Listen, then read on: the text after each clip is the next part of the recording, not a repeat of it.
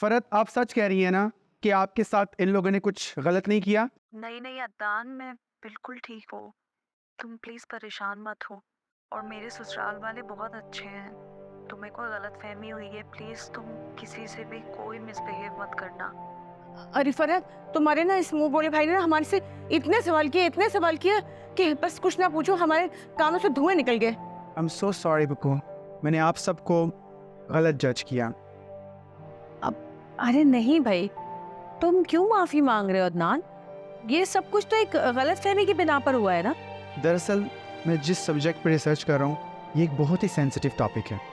हमारे सोसाइटी में बहुत सारे लोग जो बेसिकली डोमेस्टिक वायलेंस का शिकार हैं, ना कि सिर्फ फिजिकल बल्कि मेंटली।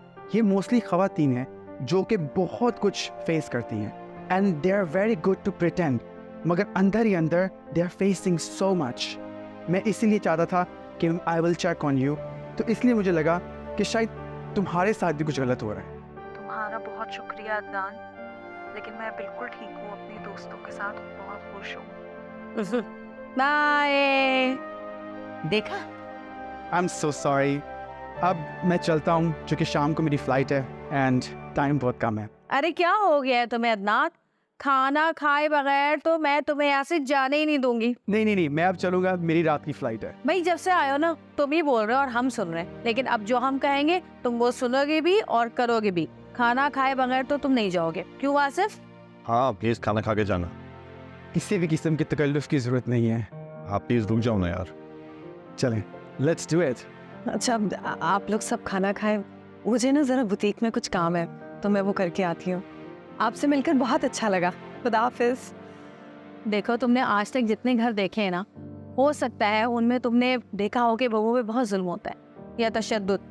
हमारे ससुराल में तो बहुएं राज करती है, राज रानी बन के रहती है जब तक कि कोई गैर ना आ जाए पप्पो जैसा।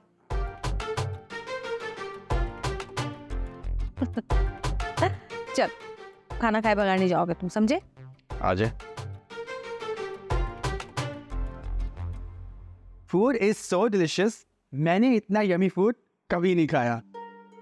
अगर आप और रुकते तो हम आपको भाभी के हाथ का भुना हुआ कीमा खिलाते। भाई बात तो सही है, भाभी के तो हाथ में जादू है। हाथों में भी जादू है और बातों में भी। तुम यहाँ इतने टाइम से रुके हुए थे, मुझे पहले बताते। वासिफ भाई, मुझे इतनी मसरूफियात थी कि बिल्कुल टाइम ही नहीं मिला, but I promise next time आऊंगा तो आपके पास ही स्टे करूंगा। जरूर। क्यों, तुम्हारे और रिश्तेदार नहीं है? हैं, मगर आप जैसे नहीं हैं। हाँ ये तो है। जरूर जरूर, शौक से आना। हम लोग अपने मेहमानों का बहुत ख्याल रखते हैं। ये बात अलग कि कुछ मेहमान रहमत की जगह जहमत बन जाते हैं और फिर सारी जिंदगी मुफ्त के निवाले तोड़ते रहते हैं, मुफ्त की रोटियां खाते रहते हैं हमारे घर में बैठ। मुफ्त की रोटियां? I didn't get you, what do you mean? अरे मैं तुम्हें नहीं कह रही, मैं किसी और की बात कर रही। ओके।